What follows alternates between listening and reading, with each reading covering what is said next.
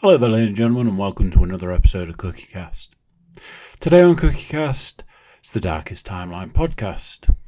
So, it's the usual. Games, movies, TV. But before all of that, there'll be something from the week. Let's face it, I'll probably be moaning about something. Or, maybe it's one of the positive episodes. I jest. If you check us out on YouTube, sweet. But wherever you are getting your podcasts, you can subscribe, and it's a big help, so please do. So, here we go.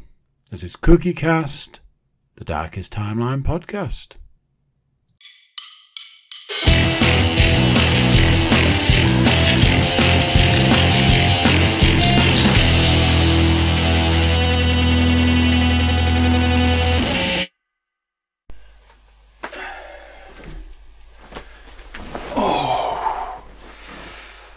Man, I failed in the old man sitting down test there.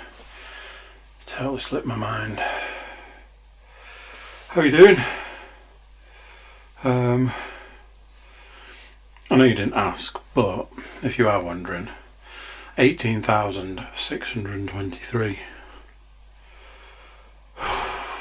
steps today. Honestly. Man.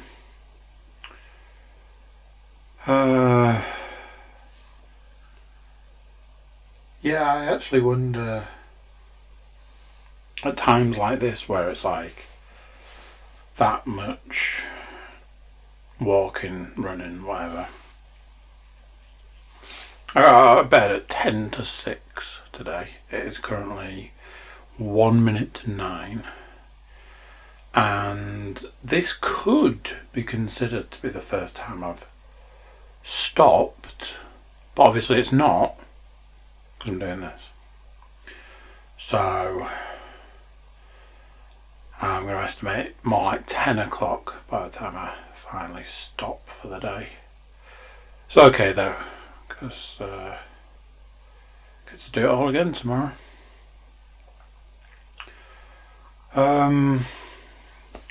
Anywho, we will come back to that.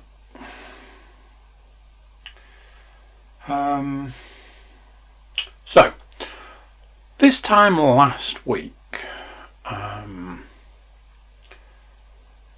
don't even know if I mentioned it last week, but I'd started on a bit of a downward spiral by at this point last week, and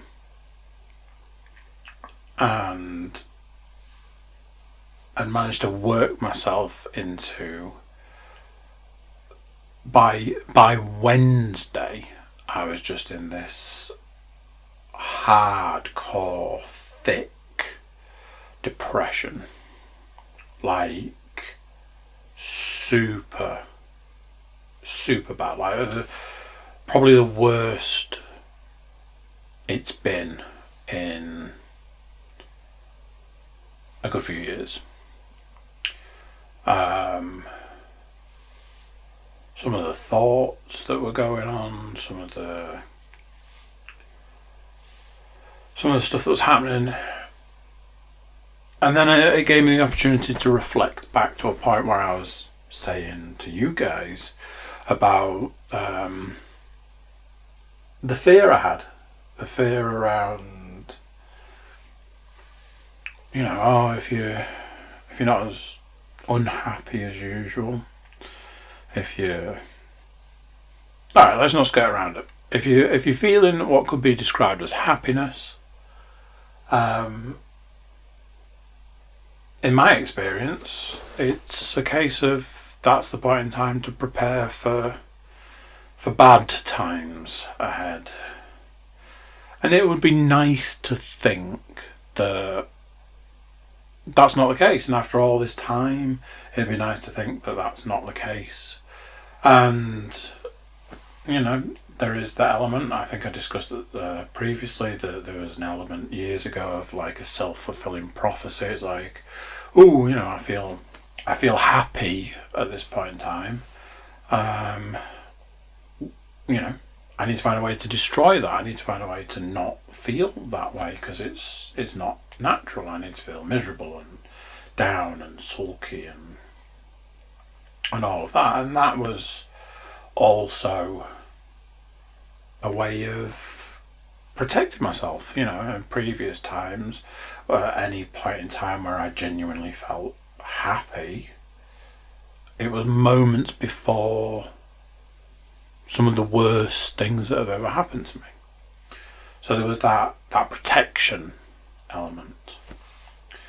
But this, I don't. I've analysed it. I've looked at it, and I don't think I can tie this into a self-destruction type thing, a self-fulfilling prophecy. I genuinely think that a situation arose,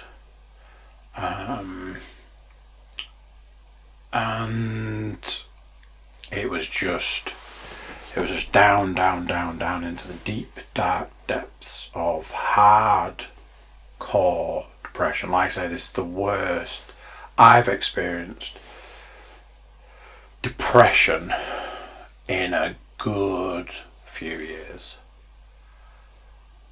And that was that. You know, it started on last Monday. I was quite angry, I was quite upset, I felt insulted, I felt like my integrity was being questioned and all this sort of stuff. By the Tuesday, that was made slightly better while simultaneously being made slightly worse.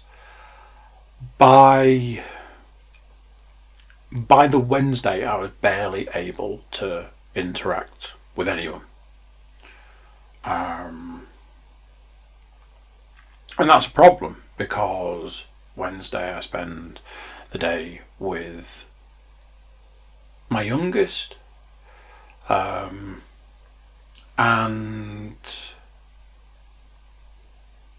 you know, I don't want to admit to this, but it is what it is. I try to tell the truth wherever possible in these situations. My day with my daughter was ruined by this depression. You know, I wanted to spend good quality time with her, and I wasn't able to do that.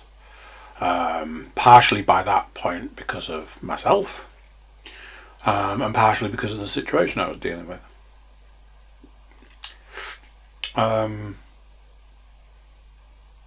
But here's the thing. I reached a point where I was like, do you know something? This isn't right. You know, I've got an opportunity to spend a nice day with one of my children, and I'm ruining that. And that is being ruined for me, and you know, a multitude of other ways of saying the same thing. So I need to pull myself together. I need to pull myself out of it. And something quite interesting happened, something quite different, something that I've never really experienced before happened. I started focusing on the positives, which, as I'm sure a lot of you can imagine, being in a hardcore, thick fog of depression is nigh on impossible. But I was determined to do something. I needed to be able to function, and even by lunchtime last Wednesday, I was unable to function. So I was like, right, let's get this sorted. So I was like, I need to focus on the positives. What positives can I see in front of me right now? I was sitting at the dining table. My daughter was having something to eat. She was talking to me. And I was like, you know, this situation in itself is a positive. To be able to sit here and have this conversation with her, I think I may have mentioned this before, but I enjoy, I enjoy this time a lot. I think children go in phases, and as a parent, you go in phases with your children. You have the newborn baby phase. You have the, there's a real rough patch.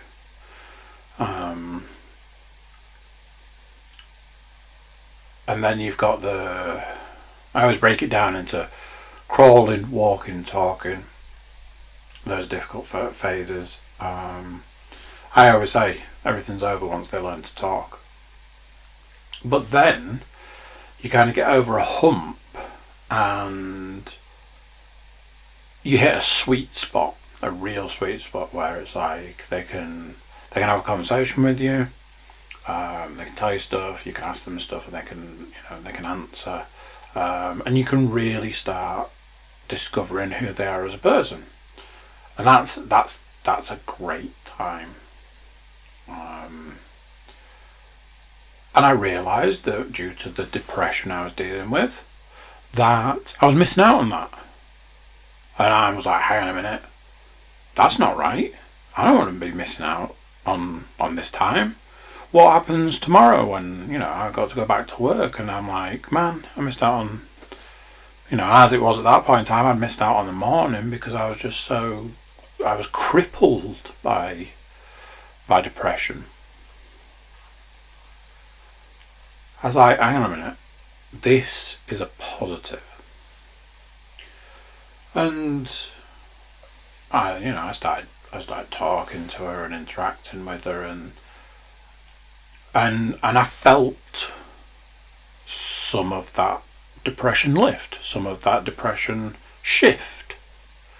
I wasn't out of the woods, but I had something to hold on to. So then I was like, well, this is interesting. Let's go back to the problem. Let's address the problem. Look for the positives in the problem. And I started breaking down any positives in the problem that I could find, anything I could lay my hands on, anything I could hold on to. And that was something that was new, because I'm sure anybody who has ever had any form of depression can understand. When you're in it, that's all you can see.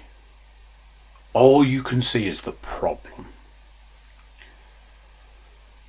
I know this all too well. But looking at small positives, this didn't happen, or that didn't happen, or it didn't happen like this, or it didn't happen like that, and this person didn't say this, and that person didn't say that, and that hasn't happened. Because if it was really that bad, then that would have happened. And almost like turning the depression machine on its head, flipping it, and turning that energy, that depression machine energy, into a positive machine. So it was like I say, it was like, oh well, that didn't happen, and I think I can, explain this, or justify this, or there's this situation or that, and just throwing positives at the problem. And then I was kind of in a zone. So this is where, like, if it was a percentage thing, the spending time with my daughter, that was like 1%, kind of, because that grew to 10%. And this problem machine turning into a positive machine took that 10% and added 20-30% to it. So now we're now if you think of it like scales, the scales are starting to balance. We're getting towards a 50-50. We're still in the depression, but for want of a, for want of a better phrase, there was light at the end of the tunnel, and there was various different types of light. And whilst continuing to interact with my daughter and starting to enjoy that and using that to get myself out of it, whilst simultaneously using this positive machine to try and just keep pulling the problem apart. And then what that opened up to was a plan. Here's the plan. So that was a favourite phrase of mine. Here's the plan. Here's what we're going to do. What we're going to do is this.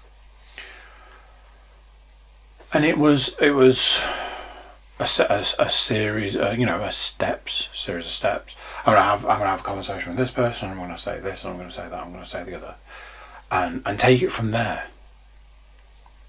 So, with something to hold on to, with this positive machine and ultimately this positive energy and a plan, by the end of the day, I know that sounds like a long time, but if like I say, anybody who have experienced this depression type of situation will understand that that is a short amount of time.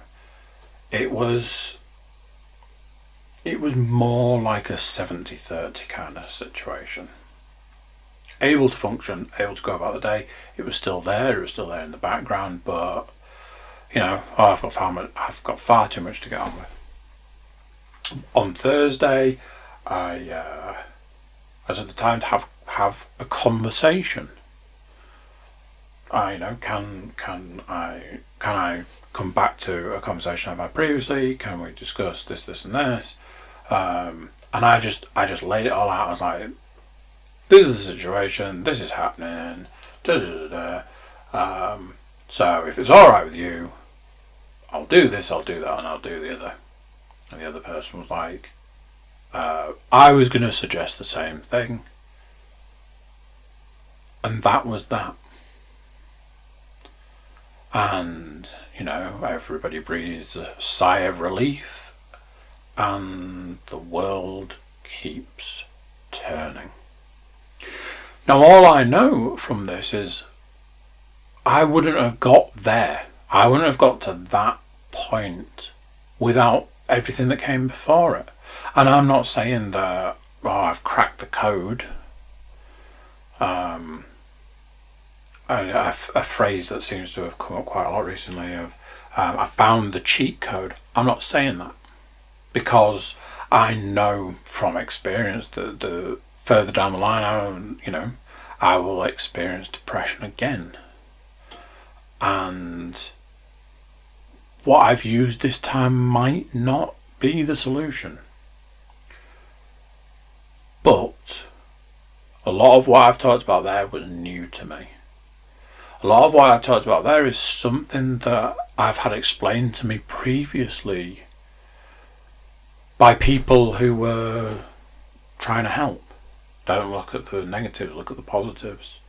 Try and find one thing and hold on to it. And maybe for the first time that's it. Maybe it had sunk in. Maybe somewhere in the back of the mind it was like, let's try this instead. Maybe it was simply because I'd reached a point where I couldn't function, but was in a situation where I needed to be able to function. Who knows? What I do know is I'm very grateful for the series of events that happened. So there we go.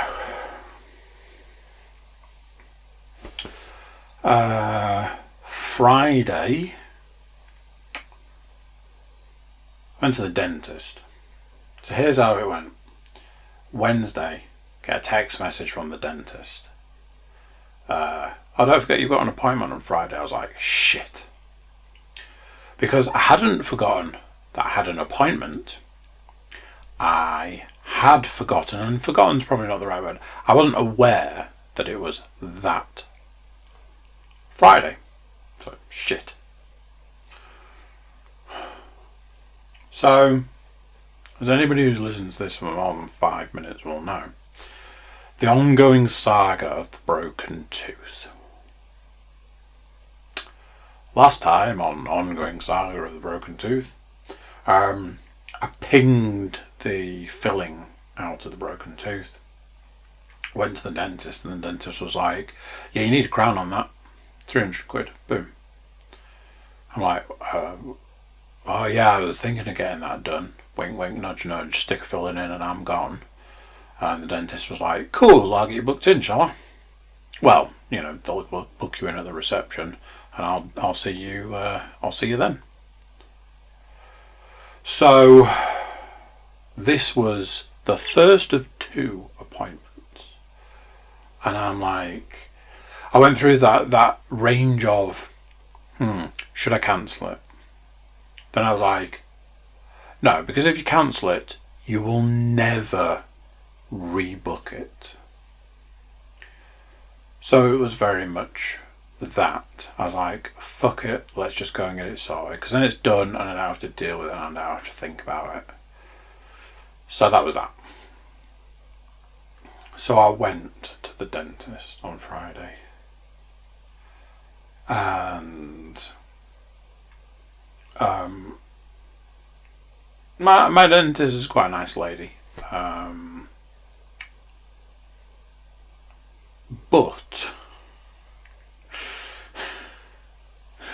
oh man, I honestly think that she knows certain things and the way to go about, the way to approach things. So she was like, here's what I'm going to do. I'm going to file the tooth.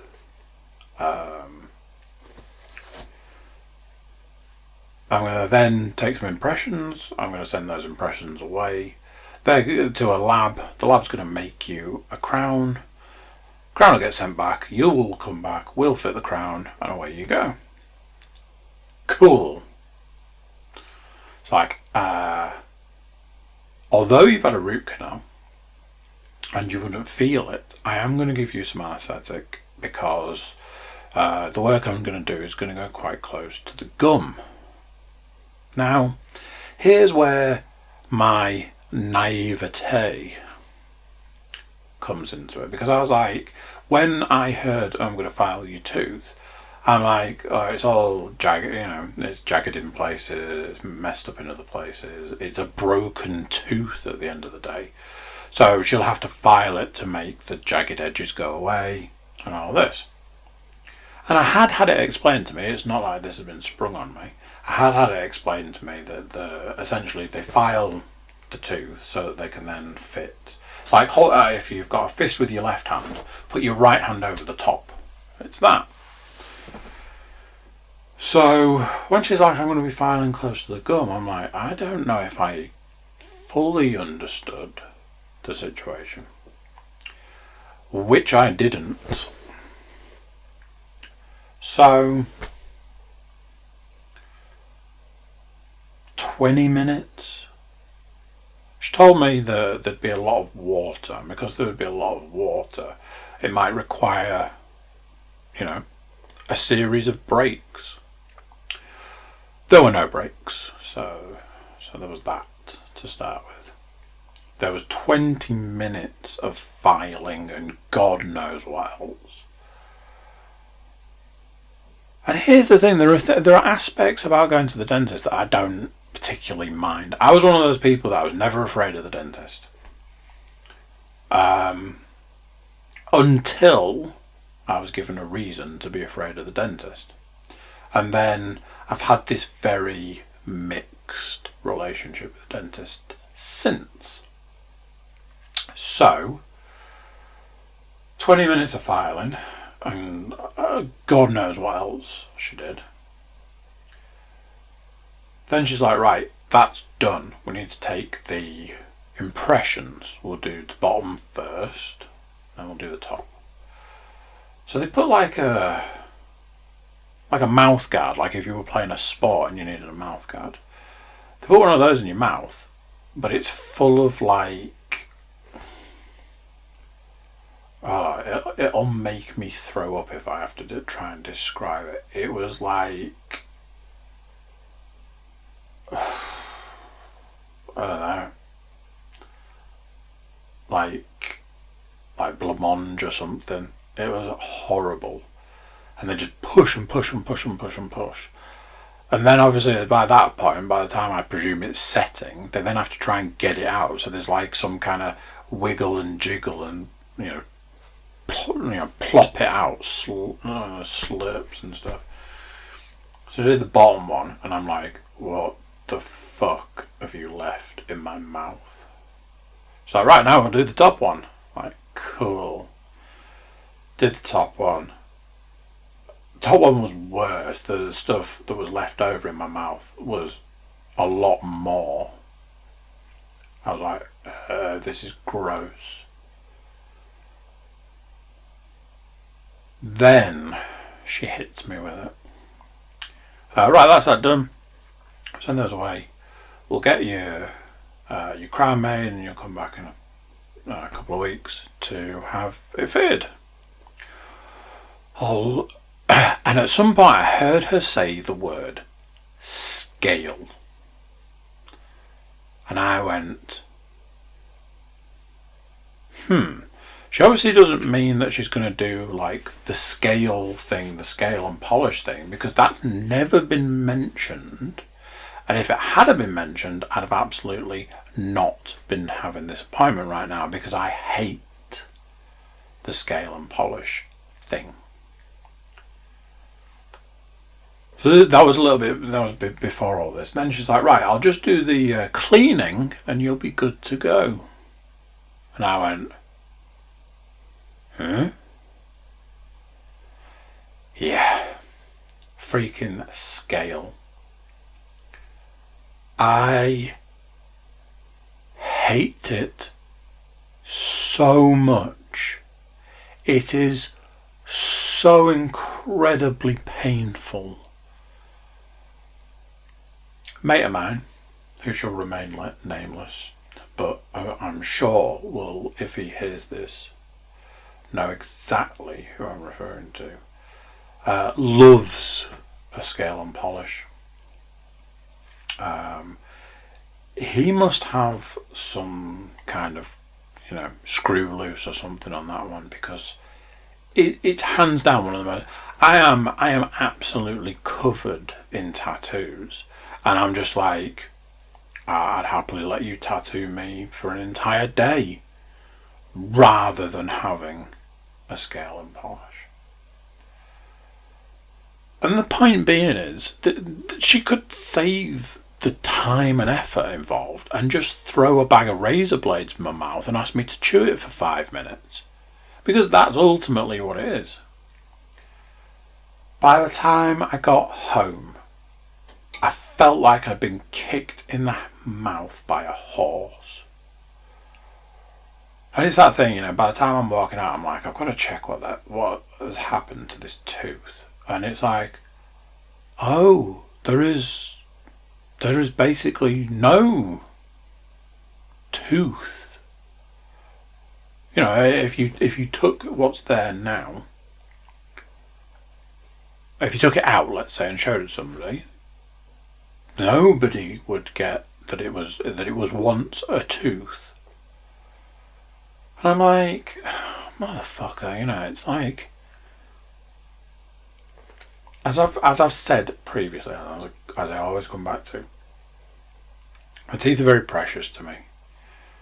I put a lot of time and effort into keeping them nice, or as best I can, and like everybody on the face of the planet, I probably don't put enough time and effort in, but I do put a lot of time and effort in brushing and the likes. And it's just one of those things, my teeth mean a lot to me. And yet again, I've had a situation where that tooth has essentially been taken away. And it hasn't been pulled out. It's just not a tooth anymore. It's basically a pedestal to stick a fake tooth on. I'm like, cool, cheers for that. But yeah, £300 for the pleasure. That's, you know, that's the painful bit, as they say. So, where are we up to? Oh yeah, so currently dealing with a petrol crisis. It has got to be hands down the most batshit mental thing I've ever come across.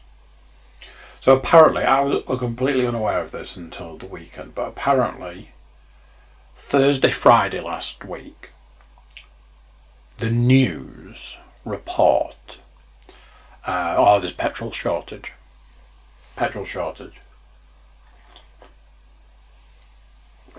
And it's to do with the lack of HGV drivers. And it's to do with the fact that they can't get the trucks that have got the petrol to the petrol stations. So we've got a petrol crisis.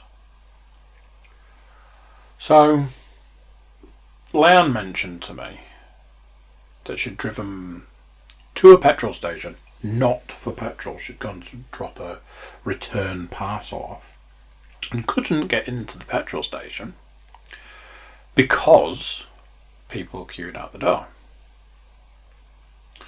Later that day, so I know nothing about this, I'm like, oh whatever, people are trying to get petrol. It's Saturday.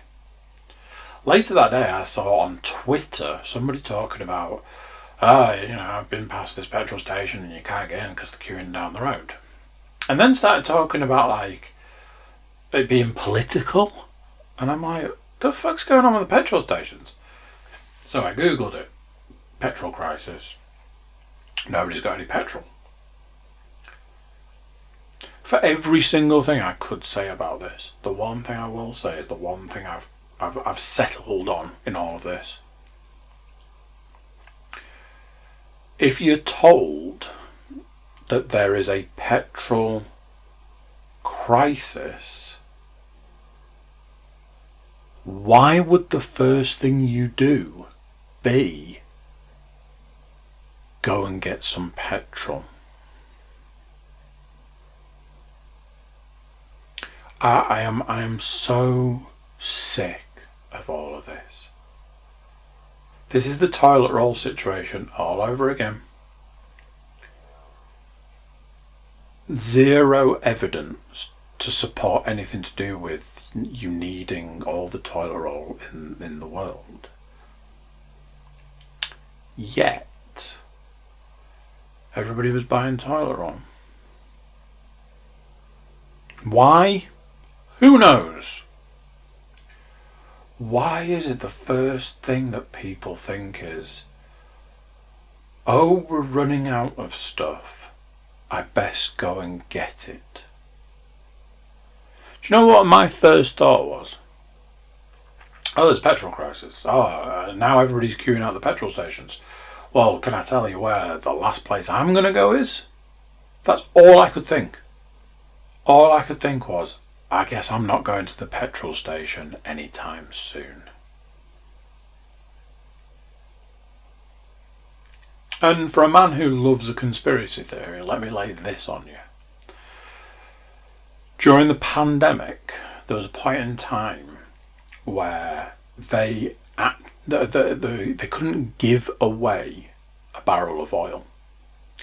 They also couldn't pay to get rid of oil. I listened to a podcast at some point about how there's this thing that whoever's left holding the oil at a certain point in time has to pay for it. And basically it's just a situation where you just move it on and move it on and move it on. And a series of people from I don't know, and I don't want to get it wrong, people who own oil, people who have oil, decided to essentially short the market by flooding America with oil. So they just kept sending it and sending it and sending it. So then America are like, well, nobody's driving anywhere, so nobody's buying petrol. So the price of a barrel of oil was like $50. So then it went down $40. Then it went down 30, 20, 10.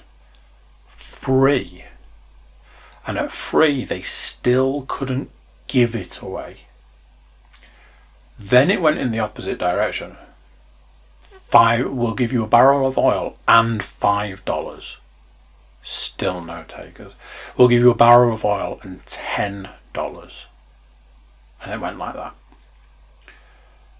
And the idea was to just wipe out the oil market, even if it was just for a day.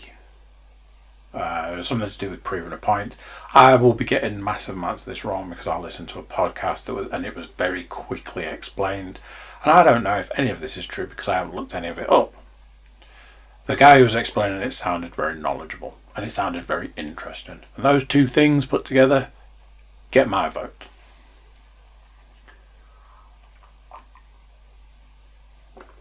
Do you know what that points to?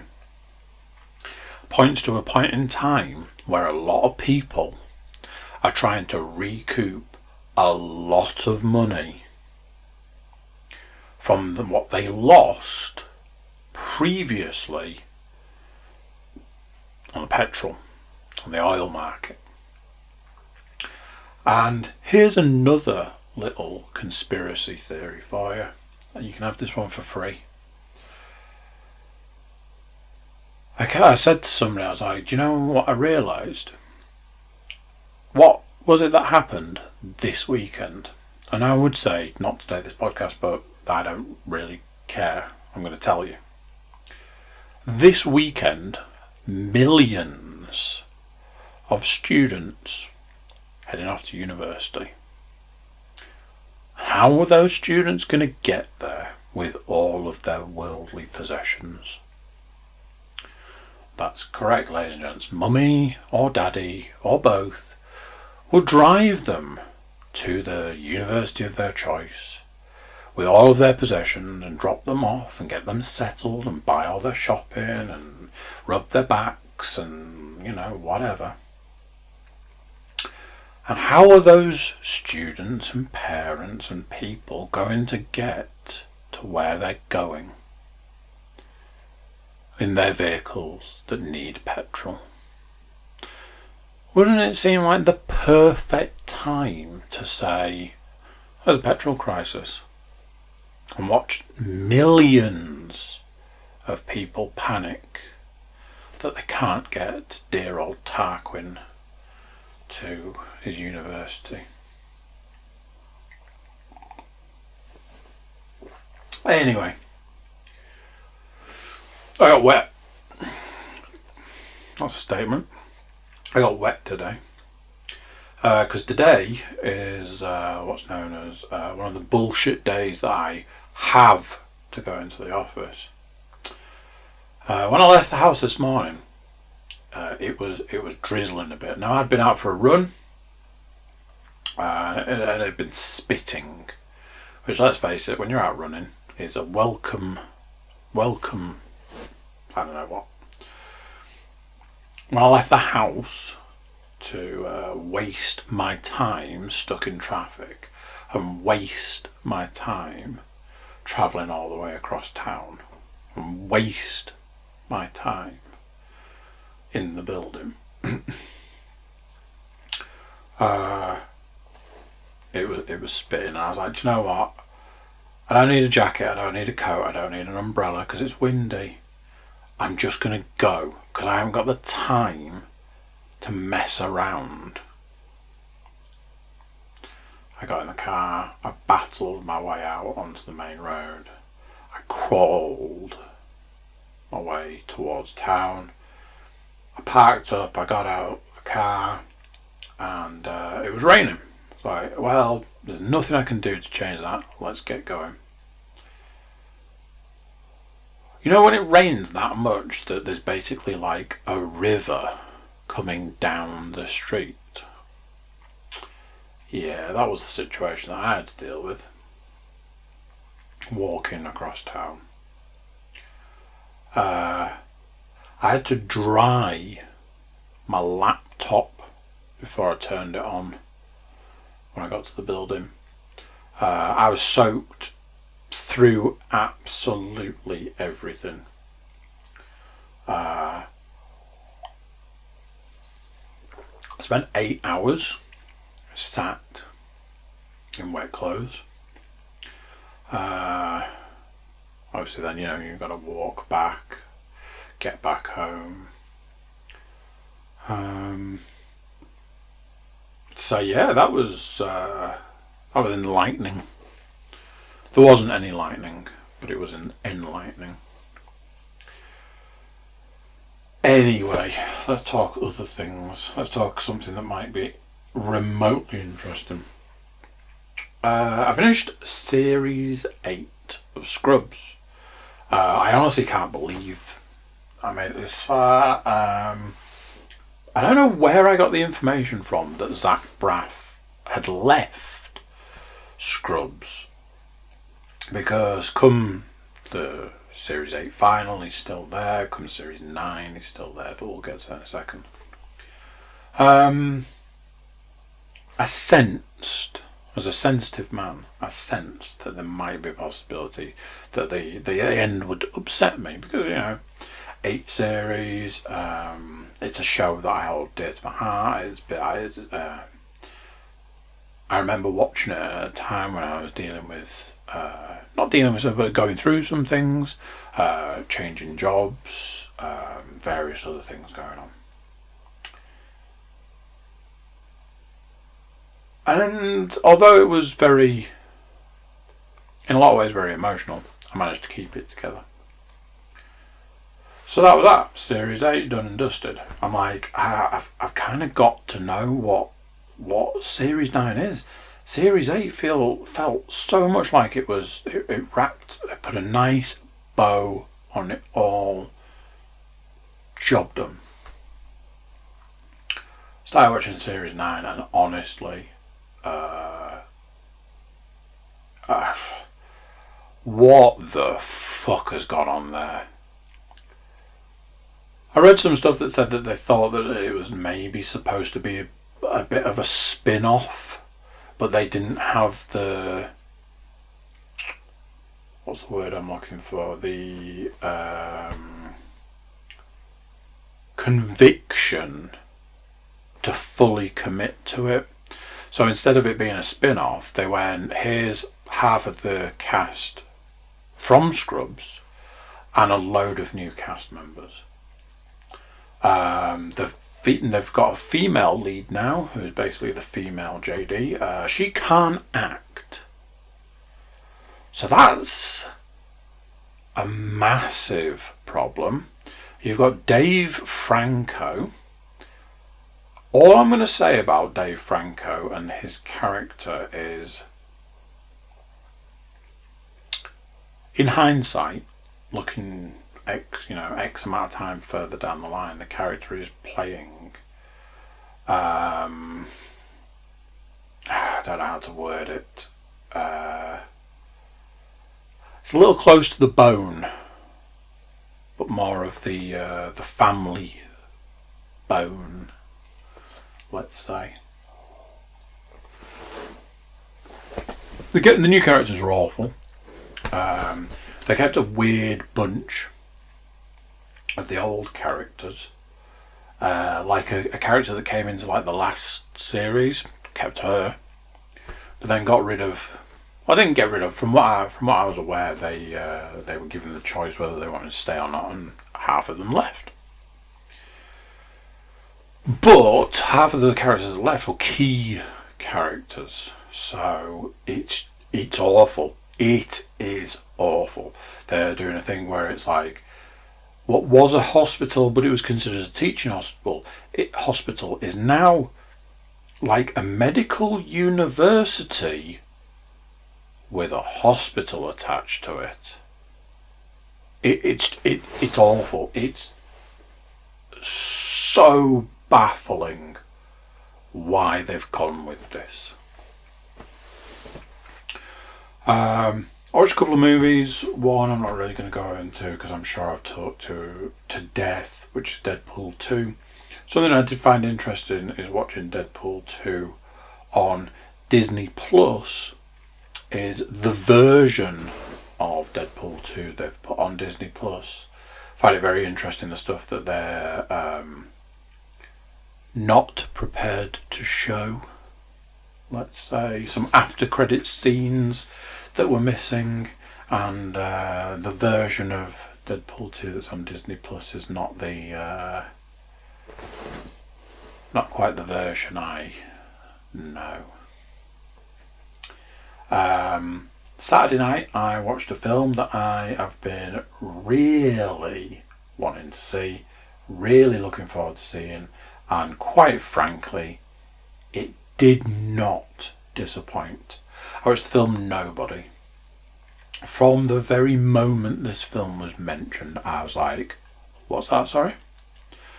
Bob Odenkirk doing John Wick, what the fuck? I've watched, you know, a bajillion trailers for it. I'm like, this is definitely my bag, baby. I rented it, paid £5 to rent it, and it was worth every penny. It's the first film in a while that I can say, no, it's not true, because I rented Mortal Kombat and that was fine. This was top notch movie. Thoroughly enjoyable. It was an action, part of me wants to say it was an action comedy, because in the middle of like big action scenes there'd just be like tiny little bits of comedy. It was brutal, it was violent, it was just absolutely everything you'd want from a Saturday night movie. It had this thing, it was just like, oh, that's great. It had all these questions, but not questions where you're like, why the fuck didn't you answer that question by the end? Questions of like, what does this mean? Does it mean this? Well, hang on a minute, because if you think about it, like, it was like that, but then was it like this? What was the situation there? There's this whole thing about like his wife. It's like, what does she know? Does she know something? Nothing? Everything? There are all these like little things mentioned. You've got the fact that a great cast. Bob Odenkirk, Christopher Lloyd, the RZA. Oh, RZA's in it. The woman that plays Hippolyta in like Wonder Woman and Justice League, like Wonder Woman's mum. Just like a good solid cast, and just I thoroughly enjoyed this film. It had the elements of like a revenge movie, which is absolutely my bag. It had the John Wick style action. It had that whole story of like a guy that just lives his life with like rinse and repeat. Get up, make coffee, go to work, do your job, come home, barely interact with your family, no real interaction with your wife, get up and do it all again. And I've always had that's a fast track to insanity in my books. And obviously, although that's who he is at the start of the film, that's not necessarily who he actually is. And it was so good. And I don't know whether that was largely because I've been really wanting to see it for a while, whether it's because the good films are so few and far between these days. Maybe I thought it was better than it was, because the majority of stuff that's out about is garbage. I don't know. All I know is that I really enjoyed it, and I've recommended it to a few people already. So there you go. Here's one for you. You'll really like this. I haven't played any VR. Now, nobody is surprised by that. However, what I did do is buy more VR games. Picked up the Fall Humble Bundle. It was 7 games. It was £112 worth of games. I paid 11 quid. One of the things that I was a bit like, one of the games I already own. So if anybody wants a copy of, I think it's called Zero Caliber VR, hit me up and I'll send you a code for it. Outside of that, there was some stuff on there I was like, I couldn't care less about these things. On the flip side, PC version of Arizona Sunshine, which, as we know, is one of my favourite VR games anyway. There's a game called Fisherman's Tale, which has had rave reviews, and it looks very interesting. There's, I think, Wands was in there, which is supposed to be quite good. And I want to say a game called Don't Fall, which I think is a fighting game. There's another one, Paper Beast or something. Don't really know what that is. There was House Flipper, which I'm sure I'll definitely play. So I've kind of set this sort of task of, the one thing I want to get done this week is some VR. The one thing I already know is going to be nigh on impossible to do is some VR. The weeks, I know it sounds dramatic, but I sometimes feel like the way the week or the days or the days and the weeks go at the moment, I sometimes feel like I'm dying ever so slightly.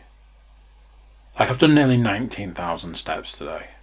I set out with the goal of doing 10,000 steps a day in September. Some days haven't achieved it. Other days, done twice as much. You know, it's things like that. And that's just the tip of the iceberg. It is 10 to 10. And technically, I still haven't stopped, having got up at 10 to 6.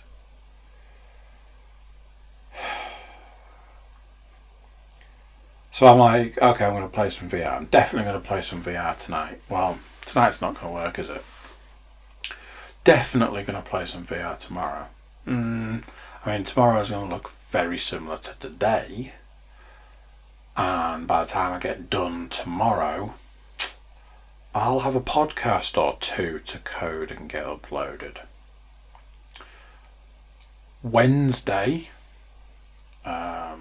Wednesday's always a bit of a weird one. It's supposed to be like a mini rest day in some degrees. I don't run on a Wednesday. And more often than not, I can get my workout done during the day.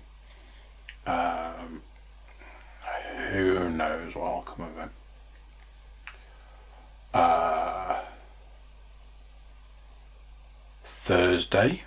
Thursday's always a possibility. I have other jobs that I need to get done on a Thursday. Friday is a busy evening. Saturday, children. Sunday, football. American variety. That brings us back to here in 7 days' time.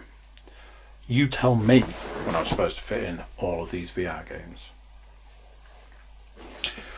Console, I've been playing Hitman 2.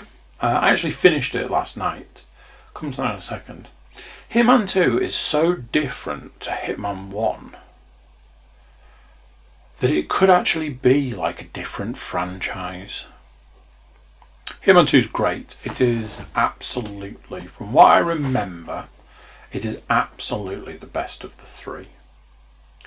Just as a reminder, when I say Hitman 1, 2 and 3, I am talking about the more recent remade franchise. One, as I've said previously and up to this point, one is still so desperately trying to be the games that it was that that it really struggles. Like, there are things in the first one, it's like, you weren't stood on this head of a pin at the point in time that you needed to be, so you fail, you know, you can't do this mission sort of situations.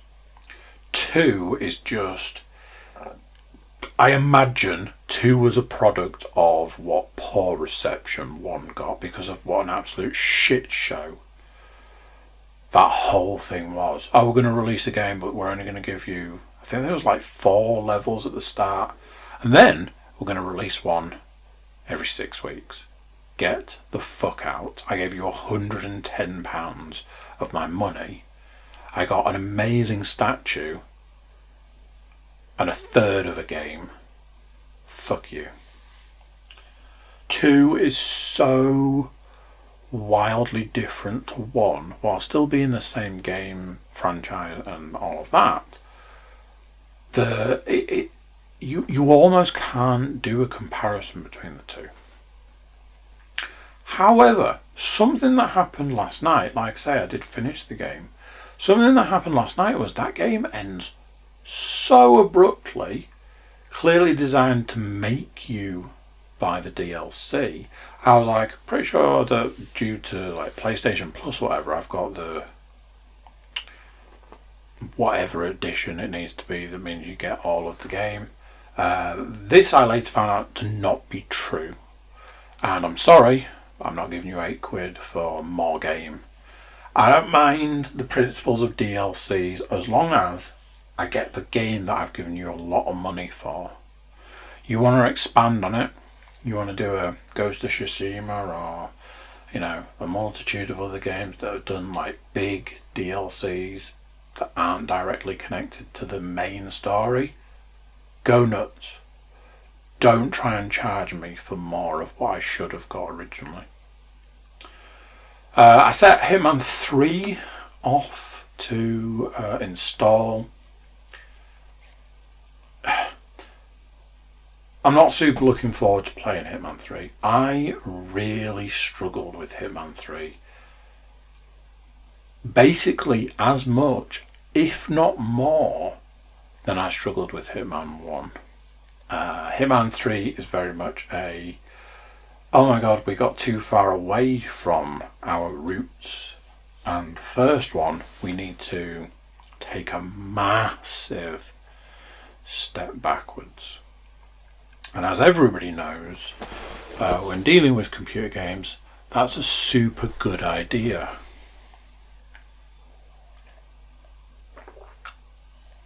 However, I did set myself the task of playing all 3 Hitman games back to back and reviewing them, and that is what I am doing, dear listener. That's it for this one. Yeah, like I say, if anybody's doing the VR and wants a copy of Zero Caliber on the PC, but it can obviously work through the Quest with Link, drop me a line and I will send you a code for Zero Caliber. Right, I'll speak to you next time.